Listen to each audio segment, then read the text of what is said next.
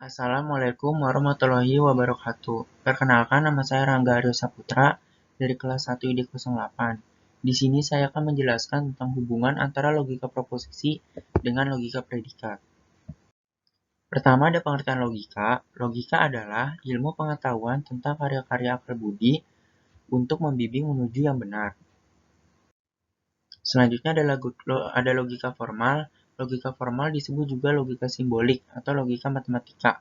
Logika formal mengungkapkan hakikat kebenaran logis dari suatu penarikan kesimpulan dalam sistem formal yang memuat bahasa formal, aturan-aturan penarikan kesimpulan, dan kadang-kadang suatu kumpulan aksioma atau aturan.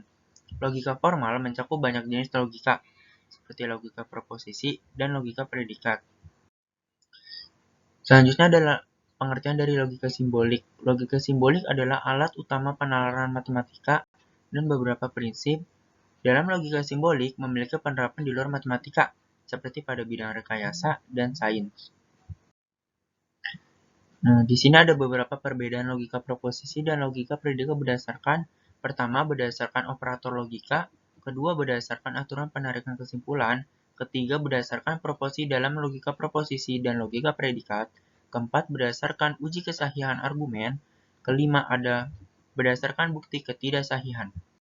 Pertama, berdasarkan operator logika. Operator logika yang digunakan dalam logika proposisi dan logika predikat untuk menggabungkan dua pernyataan adalah disjungsi, konjungsi, implikasi, biimplikasi, dan negasi. Kedua, ada berdasarkan aturan penarikan kesimpulan.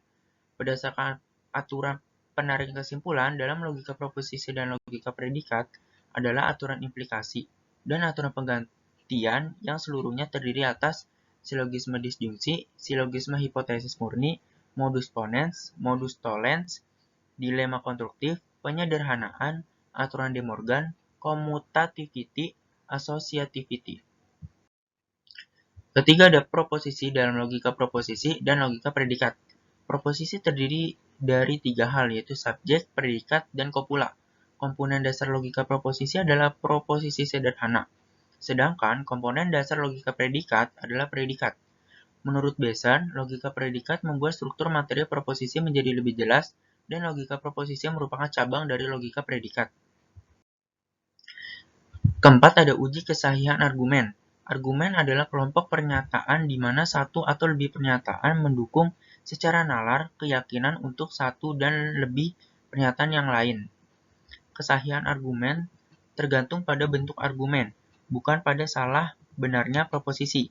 Jika suatu bentuk sahih dalam logika proposisi, maka bentuk predikat yang terkait juga sahih dalam logika predikat. Kelima, ada bukti ketidaksahihan.